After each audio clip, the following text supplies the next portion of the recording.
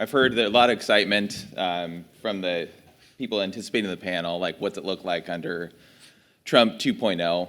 It looks terrible. I'm kidding. I'm kidding. I did want to just set a little bit of context. We'll have everybody introduce themselves, but kind of where we are and how much this matters, right? So I think really what we're talking about through this is like our confidence and certainty and how we can make strategic investments and policy decisions going forward. And you look about what has been achieved over the last 3 or 4 years in with the federal policies that the U.S. has deployed, both in production tax credit, 45V, but importantly, the hydrogen hubs. And just in California as an example, so I've been really, I'm Tyson Eckerle, by the way, but with the Governor's Office of Business and Economic Development and also ARCHES. But, we put out a call for proposals in 2022, and like $56 billion worth of projects came in. And then we've kind of left that open bidding coming in, and so far we've collected over $70 billion worth of projects. And you start to put in the context of going after, $1 billion of federal funding. On average, those projects are about 10% federal funding makes those projects go. So it's the vote of confidence to move the market forward. But I would argue, we already kind of have that vote of confidence. We've exposed a lot of the stuff that's happened. And so no matter what happens with the federal administration, we see strong pathways forward to go. We need, of course, state support. We need all of you out there innovating. But it's still interesting, right? Because that federal support, it's still $1 billion. It's still important. We need those strong, powerful signals. So I just wanted to set that kind of backdrop and context as we move forward. There are multiple pathways to go. We're hoping we can all be working together at all levels of government. And that's our number one objective, but we'll see how that goes, and we'll see what the confidence level is as we go down through the panel level. So maybe we can start with some introductions, and I'll let you guys introduce yourselves. Sure. Thank you, Tyson. Good morning, everyone. Opening panel for the Hydrogen Super Track. So I'm Tanya Peacock, and I lead the hydrogen practice for an environmental consulting and auditing company called EcoEngineers.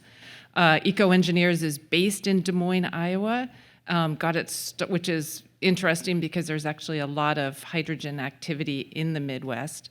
And then I am also on the board of First Public Hydrogen. So you're going to hear a lot more about First Public Hydrogen on subsequent panels. But I would say, and I'll talk more about this later, in my practice, I work with large global companies and small startups.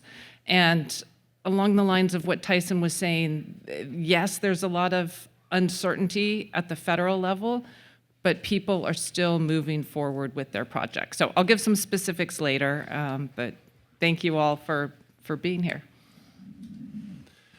Good morning, everyone. My name is Pierre Gonthier. I'm president and CEO of the SAF+ International Group. The SAF+ International Group is a Canadian company with operations and a subsidiary in France. Our mission is to develop eSAF plants around the world. So what is eSAF? eSAF is a type of sustainable aviation fuel, aka synthetic kerosene, but it's made out of renewable hydrogen and captured CO2, hence my presence on the hydrogen panel. So though we're based in Canada and we have activities in France, we've been scoping the US market for some time. Times are changing, but everything's changed in time. So I'll keep my comments for later, but a pleasure meeting you all this morning. Thank you so much for introduction of myself. Well, I'm Daishu Hara from the NEDO. It's a Japanese government organization which funds for the variety kind of field of the R&D programs under the Ministry of Economy, Trade and Industry. Well, I'm working not the ministry itself, but I'm really happy to talk with all of you about the Japanese policies and also the tendency of the hydrogen in the world. Thank you. Good morning. Morning. Everybody awake? Good. If you haven't had coffee, it's right at the side back. My name is Shekhar Chitnis. I am CEO of HyZero Incorporated. It is a company which is based about 70 miles south of here in Orange County. And our focus is on making small hydrogen fuel cell systems that can be used both in mobility and stationary applications. Mobility applications would be something like a golf cart or smaller. A lot of you people have probably traveled in a tuk-tuk, the three-wheeler tuk-tuk. That is another key market for us. And on stationary side, backup power, power for cell phone towers, power for remote grid, off-grid applications such as remote hotspots or remote the Wi-Fi points, etc. We can provide power for that. And we are about 2 years from production, mass production. We have units to ship right now for testing and R&D. And I'm going to talk a little bit about India today in today's panel. All right, that sounds great. So Daishu, do you want to come up and so we have a couple of presentations too to help set the context? Yeah, President, yeah. Do you want to come up here? Can I make the presentation from here with the clicker? Oh, yeah, that sounds even better. Yeah, thanks. Yeah, okay. So this is me? Yeah. Well, again, hello, ladies and gentlemen. I'm very honored to be here to have the opportunity for explaining Japanese hydrogen initiative at this conference. I sincerely appreciate to all of you. As I mentioned, my name is Daishu Hara from the Japanese government organization called NEDO. Let me make the short speech regarding the hydrogen or toward the hydrogen of Japan. Our organization is officially called New Energy and Industrial Technology Development Organization, but it is commonly referred as to NEDO. NEDO was established just after the oil crisis in 1980 in Japan as an organization to fund various kinds of the R&D programs on energy and environmental field, including hydrogen and even more the industrial technology field, such as AI and robotics and material technology, etc.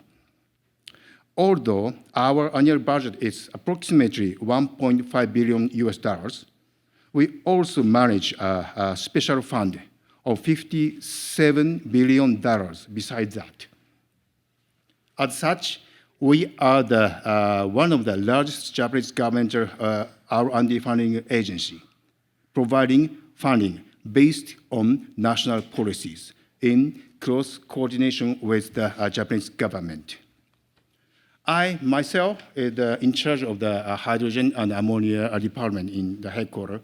But before assigning this position until 2 months ago, I was working based on the Washington, D.C. branch. So I was so much involved with research, checking, collecting the information of the U.S. government policy. So I'm really happy from that kind of viewpoint. This slide shows you the several major hydrogen-related policy in chronological order in Japan. The first point I need to mention is that Japan was the first country in the world to formulate a national-level basic hydrogen strategy in December 2017. Then, in 2021, sixth basic energy plan of Japan was set and declared firstly that small amount of the electricity shall be derived from hydrogen and ammonia by 2030. Furthermore, in 2023, for the first time in the 6 years, the basic hydrogen strategy that I mentioned was revised. While the initial strategy primarily focused on the establishing technology itself, but this revised version strategy emphasized the commercialization phase. Finally, I would like to introduce the recently enacted act named Hydrogen Society Promotion Act. Regarding the basic hydrogen strategy, which was revised in 2023, it included not only hydrogen, but also its compounds such as ammonia, synthetic fuels, and synthetic methane. And more, the priority area of the plan have shifted from electric power and transportation sector to the hard-to-abate sectors, such as heat utilization of the hydrogen. This is about the Hydrogen Society Promotion Act, which was enacted on last May as a part of this development, as I mentioned. As shown in this scheme, the business entities that produce hydrogen or import it from other countries, as well as the users of these products, shown in the left side of this slide, will make the plans and apply to the government. And then, once certified, the government and one of the Japanese government funding agency, JOGMEC, will support the cost of the price gap that exceeds the conventional fuels and some of the infrastructure cost. Well, let me introduce some of the examples of the NEDO's funding projects. Please note that in Japan, as I mentioned, almost all hydrogen-related programs which are supported by the government will be through NEDO. This slide shows the megawatt-scale water electrolyzers in Fukushima Prefecture in Japan. This facility is called FH2R, and at the time of its establishment in 2020, it was one of the largest facilities in the world with a capacity of 10 megawatt electrolyzers. The function of this system is not only producing hydrogen, but also featuring hydrogen demand forecasting system based on weather conditions. Therefore, this system provides flexible controlling of supply and demand balancing. This is the hydrogen supply test facility for heavy-duty vehicles in Fukushima as well. The FH2R that I mentioned provides the hydrogen to this facility. The facility is for the demonstration relating to the high-flow hydrogen refueling for large fuel cell trucks and the verifying hydrogen metering technology. In addition, as shown in this slide, we are promoting a demonstration project that covers the entire hydrogen supply chain from the hydrogen production to large-scale infrastructure, such as the liquefied hydrogen facilities. And we are aiming ultimately to large-scale utilization technologies, such as the ships and power generations. Furthermore, as a new field of the hydrogen use as hard to abate, the Nippon Steel is advancing the hydrogen reduction steelmaking project. In this process, in blast furnace, the hydrogen is used as a reducing agent instead of coke. Of course, we are also working on the technologies that use the ammonia for power generation. And this slide is one example of IHI in Japan. And this is a demonstration activities of the various fuel cell equipment in Port of Los Angeles here. In this project, equipment such as top handlers, RTG, using the fuel cell stacks of fuel cell vehicles, Toyota Mirai, already in operation. But finally, a few comments from me. Well, while we anticipate that there may be a change in hydrogen-related policies in the US, but Japan will continue to advance its hydrogen policies with a long-term perspective toward 2030 and beyond. Thank you very much for your attention. Thanks. You can keep it there. Thank you, Daishu. That's great. There's always NEDO's been an incredible partner for the state of California for many, many years, and we appreciate everything you're doing and continue to do to build out this market. And so, thank you. Thank you so much. Thank you for being here and keeping the hydrogen flame burning right. Shekhar, I think we have, maybe you're next. Ohayo gozaimasu. Mokarimaka. So my name is Shekhar Chitnis. I represent HyZero, and I'm going to give you a perspective which is more from a manufacturer of equipment that uses hydrogen, while I also give you the overall picture of what's happening in India. Okay. Our slogan is, let's start cleaning the air we breathe, which I think all of us would want to do that, especially people like me who have grandchildren. We want to leave them a clean air legacy. So that's my mission in life. Okay. So the topics I'm going to cover very briefly is what's the government policy, what has been focused, how it evolved over time, what is happening right now in production in India, and what are the projected uses. I just want to introduce a little bit about India because many of you may not be aware about details about India. That's a big market for us. Sitting here in California, we kind of know we have a large market here for hydrogen-based products, but India is another big market for us. So we are looking at that for that reason. I want to give you some examples of application, and if there is time, and if my moderator who's standing there, who's younger and stronger than me, so if he tackles me down, that's because I ran out of time to talk about my company. So I'll leave that to last. I'll leave it to you to pull me off the stage, but I'll cover everything in roughly 5 minutes.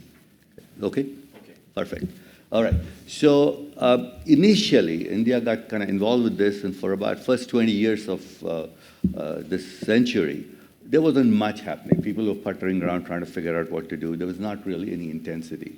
But then in 2021, after the Prime Minister of India made a public announcement during the Independence Day address that he does every year, is the voice fluctuating?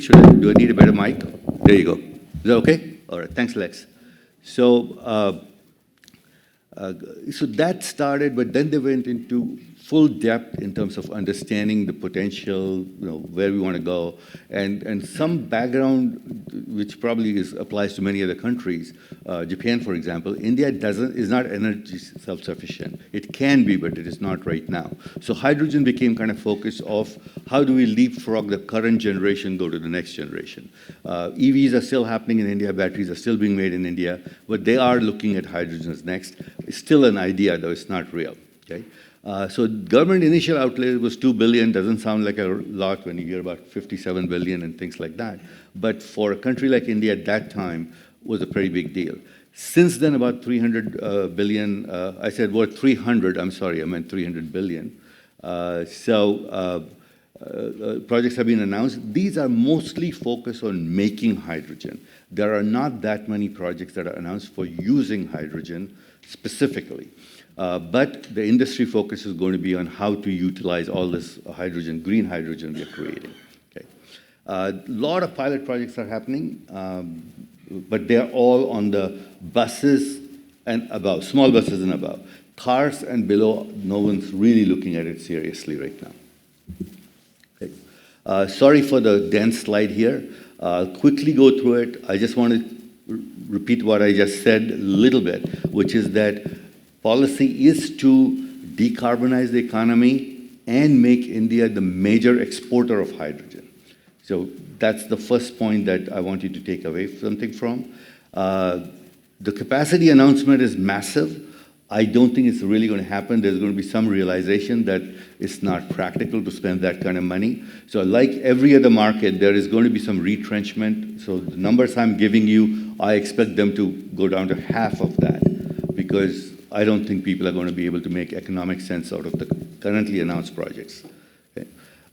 Most of the use of hydrogen right now is focused on not transportation like cars and buses, things like that. It's focused on making ammonia, making fertilizers, natural gas blending to reduce the natural gas dependency, etc. Right?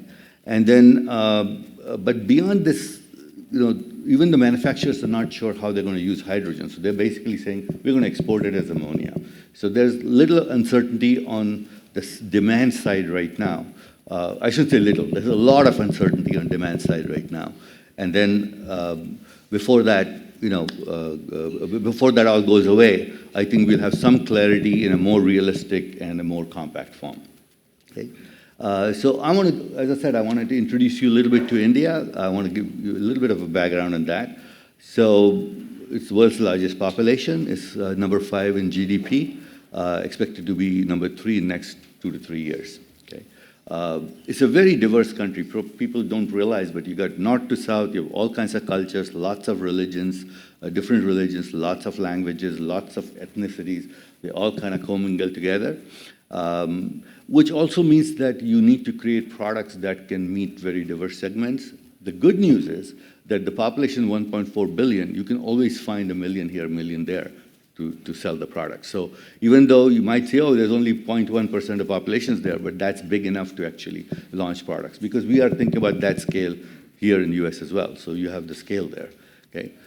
It's a politically federal republic. For Californians, just want to differentiate. In India, central government has a lot more power than state government. So it is a federation of states, but states don't have as much power as the central government does. Okay? So I want to introduce India. What is India? We don't know much about India. When I give this speech to students there, many of them have never really heard much about India. So I wanted to give you an idea. India is like an elephant, right? And depending on how you look at an elephant, it's large, it's slow, it's very unique, it's got a trunk like a nose, and it's strange, it's strong. If you're touching the ivory tusk, then it's smooth. And if you're touching the back, it's very hairy. So, and a lot of these attributes do apply to India. And then depending on what perspective you have, which person you meet, which state you are, you'll get a totally different perspective and say, oh, this is not India, this is different. And there are many nations put together. So that's not surprising, right? But India has a twist when you think about elephant, right? It's an Indian elephant, not just an elephant, right? What does that mean? That means India is chaotic. It's colorful, it's interesting, it's exciting, it's growing rapidly, right? And, sorry. That's why I use Mac, this is a PC. My ad, okay. So it's young, the country is very young. It's like the average median age is right now 29 years. So it's a very young country, a lot of future ahead of it. The population is not supposed to start declining till 2070. So the planning horizon in terms of population and market size, et cetera, is going to be favorable for many, many decades to come. It's frustrating. It's very bureaucratic. It's very hard to move things through. So I actually started with jet black hair 3 years ago, and look at me now. So it can be frustrating.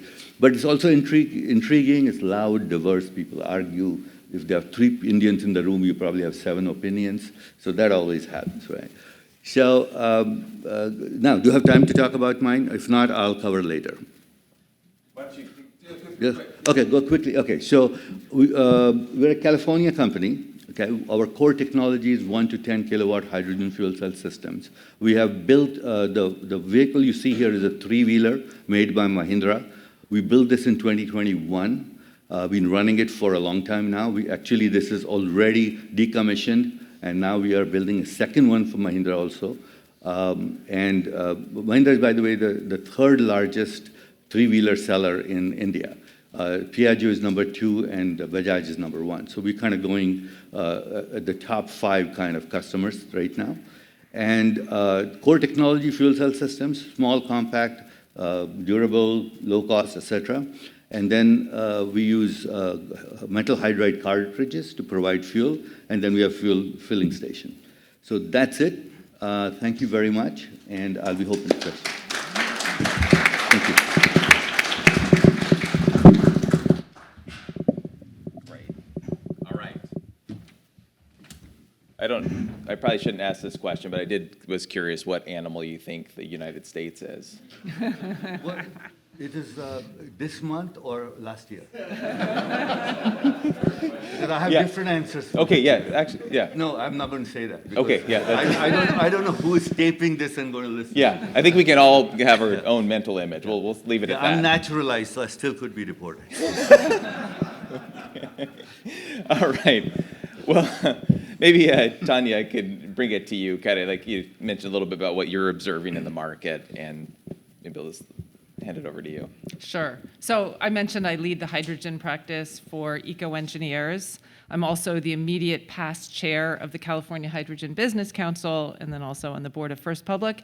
And so my comments are just going to be sharing some reflections from what I've seen working with companies interested in hydrogen from that perspective. So, I get calls every day, several times a day from clients. What's going to happen? What's going to happen under Trump 2.0?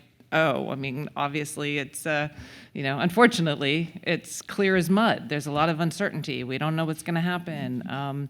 Lots of great business efforts organized around trying to maintain the Inflation Reduction tax credits, the 45V hydrogen production tax credit in particular, as well as the hydrogen hubs and other DOE grants. And so that's all uncertain, as we know.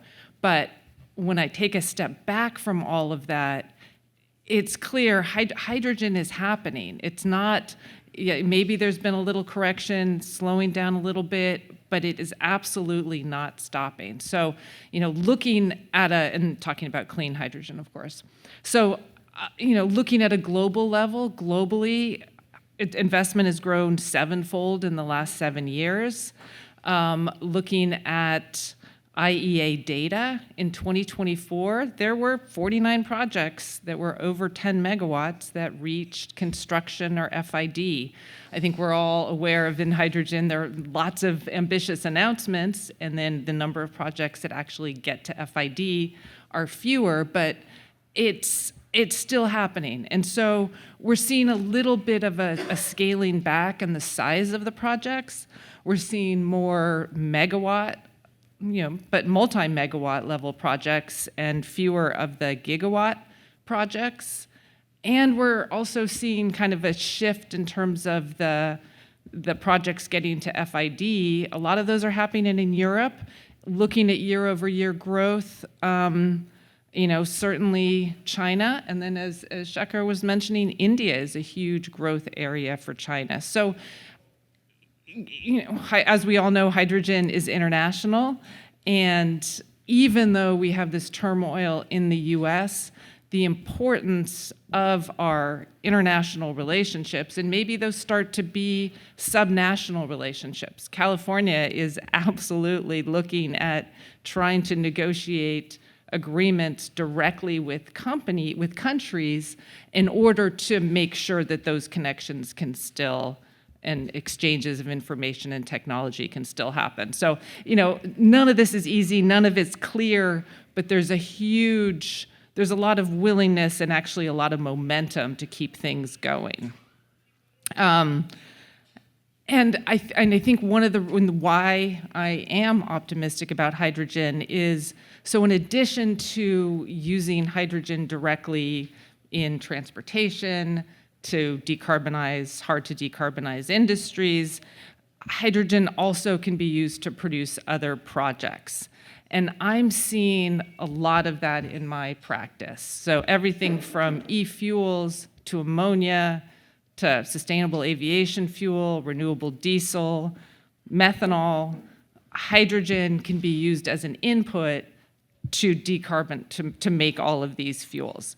And so it's always good to have examples. So I have a client, Talus Agriculture, and they have a product, they have technology that produces, so it's electrolytic hydrogen and then a modified Haber-Bosch process that can be load following, and it's modular. And so what their business model is helping to solve the fertilizer supply chain challenges globally with this distributed hydrogen to ammonia project.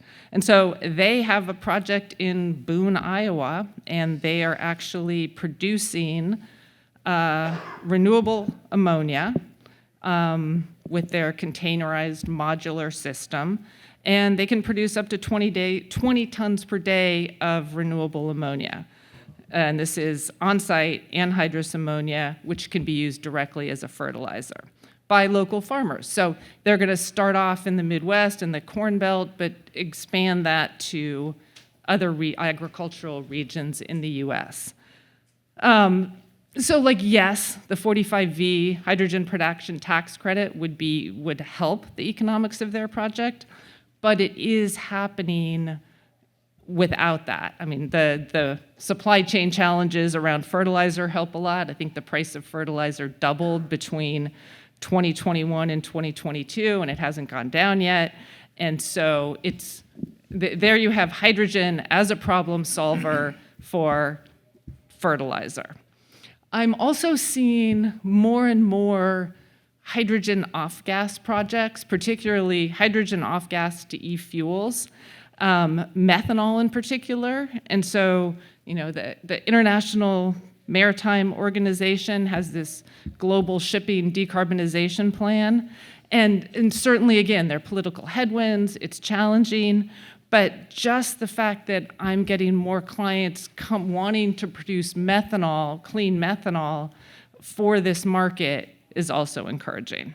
And so I can keep going on. Pierre is going to talk about eSAF, which of course is a good use for hydrogen.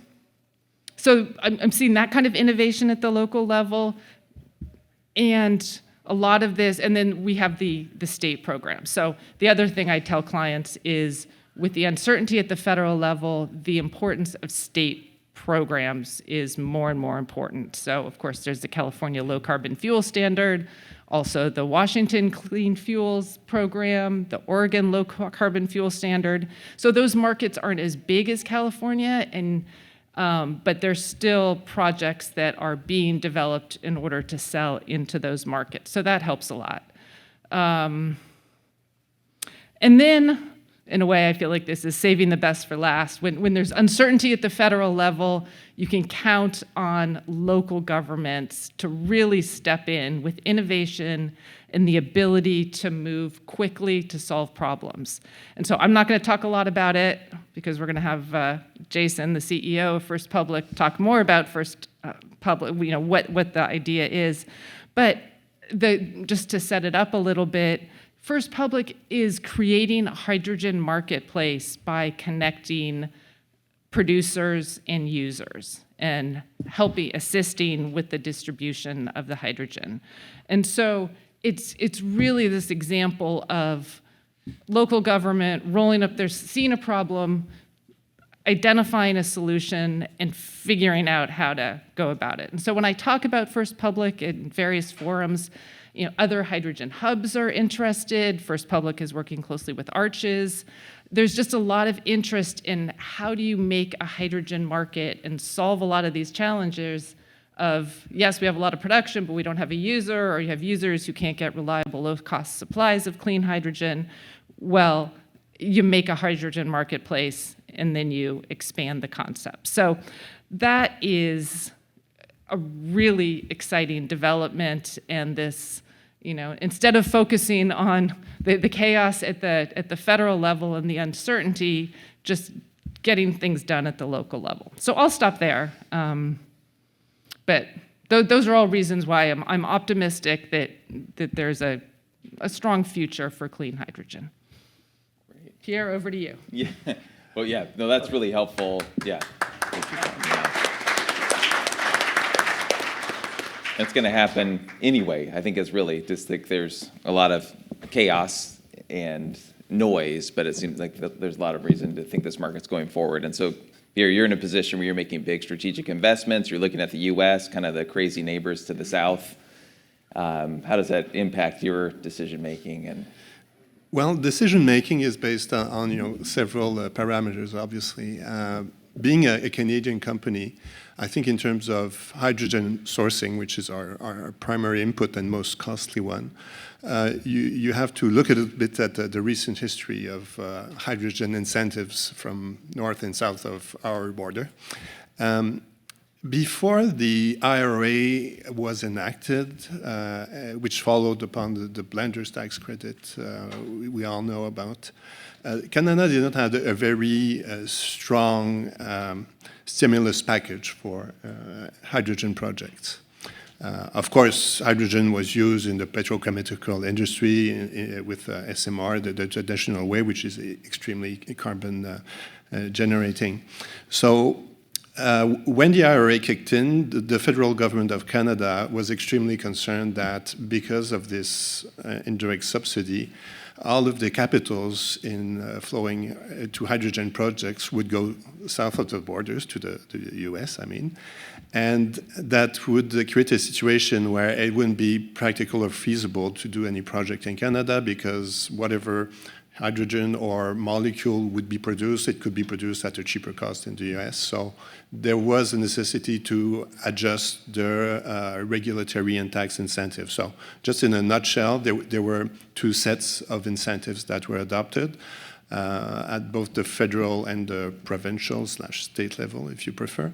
At the federal level, it was essentially investment tax credits or refundable tax credits for the purchase of certain equipments. Would it be electrolyzers or carbon capture and sequestration equipment for the production of blue hydrogen, obviously? And those relate to CapEx, obviously, and they are refundable when the expenditures are made. So this is pre-COD financing, essentially. And on the other side, you had the OPEX regulatory incentives. So these are similar to the LCFS, you know. At the federal level, there's the clean fuel regulation, which essentially mandates the large primary fuel suppliers to diminish the carbon intensity of their products, either through better technology or by purchasing compliance units, which are essentially a carbon credit that's worth a ton of equivalent CO2. And those credits can be made by companies that, for example, produce low carbon fuels, or in our case, ESAF, which has a carbon intensity that's 90% lower than regular jet fuel. So we would be net producers of these units that we can sell on a regulated market in Canada. So those set of incentives essentially were there to kind of level the playing field. So once this is done, you know, and we believe there's a reasonable chance of competing on these hydrogen projects and on competing for capital for these projects, comes the question of how are you going to use that hydrogen? And there have been, of course, a lot of discussions about using the hydrogen as a good commodity in itself, or maybe transform it into another molecule like ammonia, methanol, or synthetic kerosene. That's what we do. And then what is the state of that market? And are there regulations at stake? Are there industrial policy issues at stake? And the answer in both cases, yes.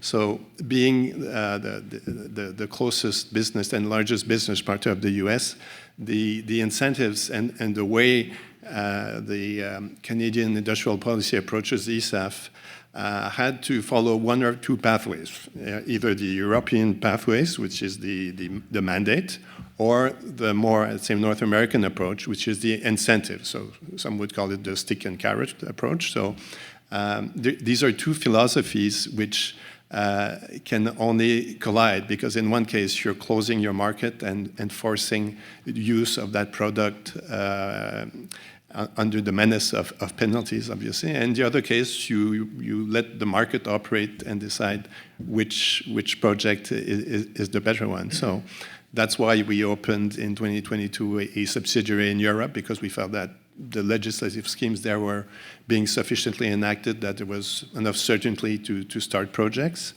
In the case of Canada and the US, it's a different situation, because we were obviously very concerned on the state of the industrial policy in the States and these tax incentives. Things are changing, and change is never good for long-term investments, because ESAF plans are amortized over 15 years, so we really need to get some clarity on that. But just to give you an idea, we had been scoping for at least 3 years to the United States. A lot of states were obvious choices, for example, for their enthusiastic adoption of renewables. I'm thinking of California, obviously, and Texas. But some smaller players were trying to carve a niche for themselves, and we had identified that Illinois, state of Illinois, Washington, and Minnesota had very convincing arguments to present. So within I'd say the old framework of American hydrogen policy and the creation of these super hubs across the country, well, wherever some of these states that were included in these hubs, wherever that combination was present, well, first, obviously, it was in terms of site selection, a Category A choice. Now, we've heard, and this is subject, of course, to official confirmation by the US government, that the hubs that are located or that included Illinois and Washington will not be funded, but that the Heartland hub that includes Minnesota should be funded. Now, this is still pretty much up in the air, but I don't need that fine, definite information to tell you that this is simply a changing landscape. Economic policies change all the time. It's certainly not a showstopper in terms of developing project in the States. It's just a question of having a clearer picture of what's going to be ahead, what's the firm industrial policy behind hydrogen that's going to be voted and accepted and promoted by the states. So I'll stop there because I guess my other colleagues need to do a few comments, but that's the state of things for this avenue for hydrogen. That sounds good. And then just to dig in a little bit more on that cut list, so to speak, and just for context, there were 3 hubs that were on the rumored list to be kept, but the bipartisan infrastructure law requires at least 4 hubs, and at least one of those has to be renewable. And so, like, based on our internal conversations with Department of Energy, no decisions have been made, and there's a lot of reporting because it's kind of oddly, hydrogen is a sexy topic at the in that way, and so. So we'll see what happens, but I think the larger point is true. It's just that it interjects a lot of uncertainty into the market, kind of what's going to happen going forward. And we're hoping for some clear signals from the federal government in or out, and then we can just move forward on whatever that pathway looks like. And so maybe, Daishu, we can just go to you. Like, how does Japan see the U.S. policy? Well, thank you so much. Well, I have been looking for the changing of the U.S. policy these 3 years. But in my understanding, not only the viewpoint of the clean energy, but also, now the current administration put the weight for the energy supply resilience. So from this viewpoint, Japan is completely the same situation because we don't have enough money inside Japan for the energy self-sufficiency. It's just less than 20%. So actually, I'm not the real staff of the Japanese ministry, but I'm closely communicating with the ministry of the Japanese government. So we are closely looking for the U.S. policies right now. Yeah. I think I hope we can go forward for the implementing the Japanese technology also in U.S. For helping for the hydrogen hubs. Yeah, thanks.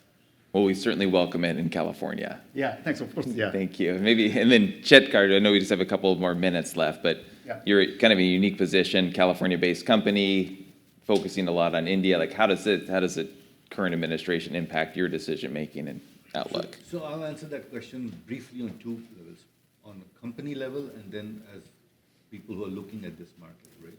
So the company level... Can you make sure you... I'm sorry. Yeah. I'll address that on 2 sides, company level and overall level. The company level for us, California is not a big part of our plan.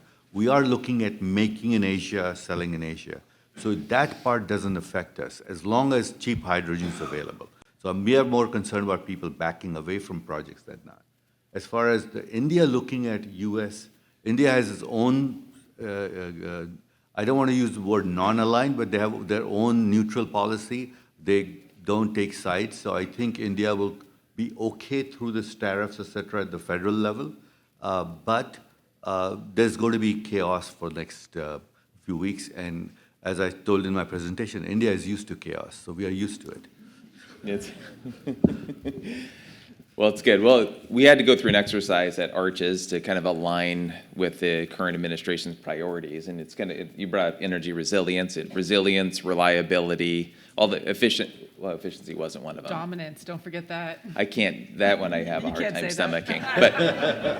But it's like we like all those things, right? And and I guess dominance in the way we're going to dominate with clean energy and stuff. So we have 1 minute left. Anything, we'll go down the line quickly. If there's anything you feel like you would like to say to help set the course of the day going forward, maybe you each get 15 seconds.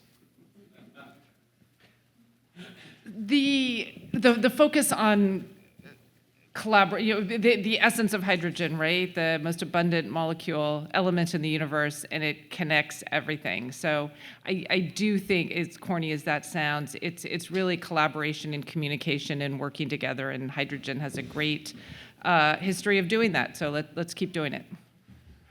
I would just suggest the word foresight. Renewable hydrogen is not only an energy vector, but a possibility of decarbonizing our industries in a very revolutionary way, but we just need to start working on it now before time runs out.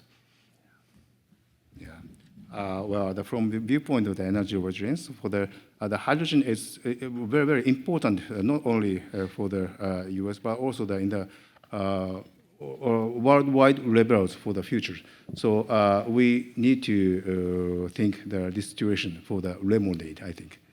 Thanks. After wildfires, there is spring. Little shoots come out. All I can tell you, I know a lot of people are depressed. If you haven't looked at your stock market results today, the market is up, so relax. But what I'd like to leave behind is that there is really a solution out there. Hydrogen is part of that solution, not the solution. Let's keep working at it. Things turn around, sun goes around, earth goes around, things will be fine. Well, that's a great thing to end on. Can you join me in thanking the panelists and look forward to a great rest of the day?